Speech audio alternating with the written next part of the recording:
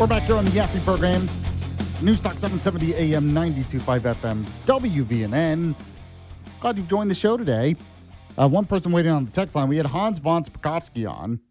He's been really good when it comes to the whole issue of racial gerrymandering.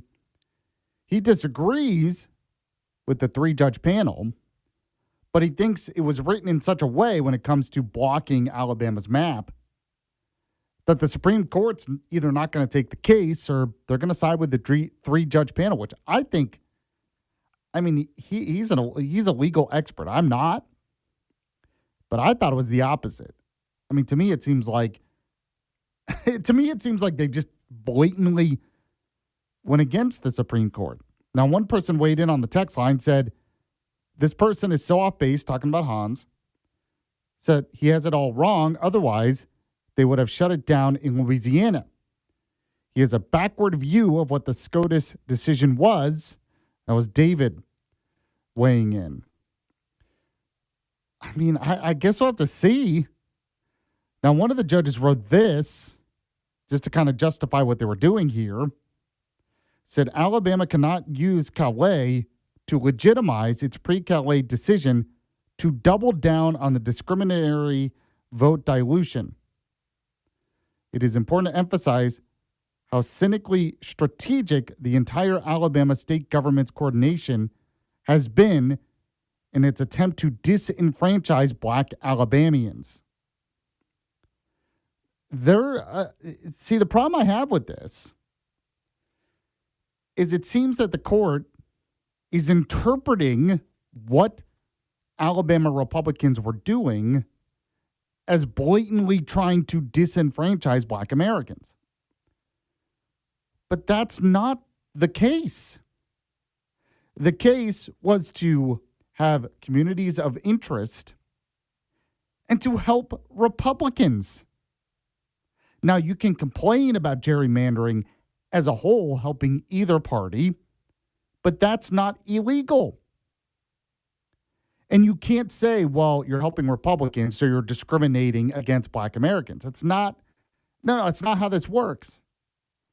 And to me, it just seems incredibly backwards to say that their map is race neutral when they made their map specifically on race. So the three-judge panel, when they did this back in 2023, 2024, they made a map specifically to create another minority-majority district, or at least get close to it. In order to do that, you have to draw a map specifically based on race. You cannot do that without racial gerrymandering. And it's my opinion, at least, from what the Supreme Court said, that they were going against racial gerrymandering, full stop. And yet they're saying no, they didn't go against that, that you can still force racial gerrymandering on a state because you believe their intentions were racist. But, okay. So, as I mentioned, this three-judge panel is basically saying that Alabama, when they drew their map, they were being intentionally racist.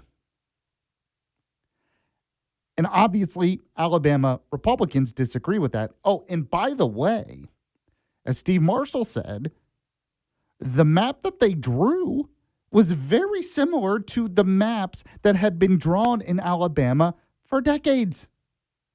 You look at the map itself, it doesn't seem radically gerrymandered compared to what you see in other states. So that also doesn't make any sense. And what also does, this whole thing is kind of crazy because this isn't just the court saying you have to go back to having a black district, but they're saying you must have two black districts. That your first one was still racist, even though it had one Democrat district. And what they did in the special session was just go back to the one that had one Democratic district.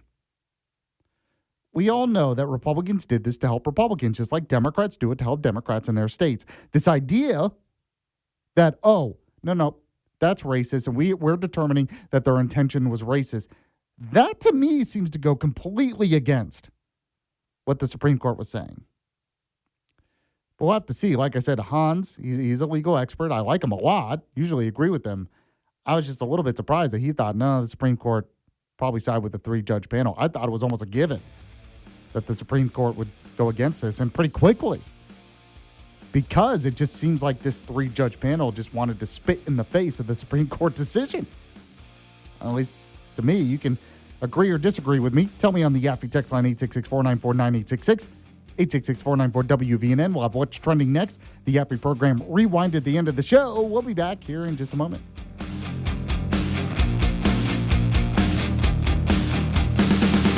The Yaffee program. Hey, I'm Chris Van Vliet. Go behind the scenes and beyond the headlines with the biggest names in pro wrestling and beyond. Sandy's app. If I give you a decade, who do you think's the MVP? 80s, Hogan, not even close. 90s, Stone Cold Steve Austin. Absolutely. 2000s, John Cena. You filmed the Brain in 2004. Yeah. Isn't the story that role was going to be for Steve Austin? For Steve Austin. Yep. What is one man's trash is another man's trophy. Mindset, motivation, insight with Chris Van Vliet. Follow and listen on your favorite platform. Jim Rome takes on sports. Listen, it is not too late to stop this. Do not do this. Leave it alone. Don't touch it. It's damn near perfect. It's beautiful as it is. Stop trying to fix what ain't broke. And stop telling me that the tournament isn't the tournament unless the 15th place team in the SEC gets in. Stop jerking with the best event in all of sports, you pigs. The Jim Rome Show podcast. What's your beef? Follow and listen on your favorite platform.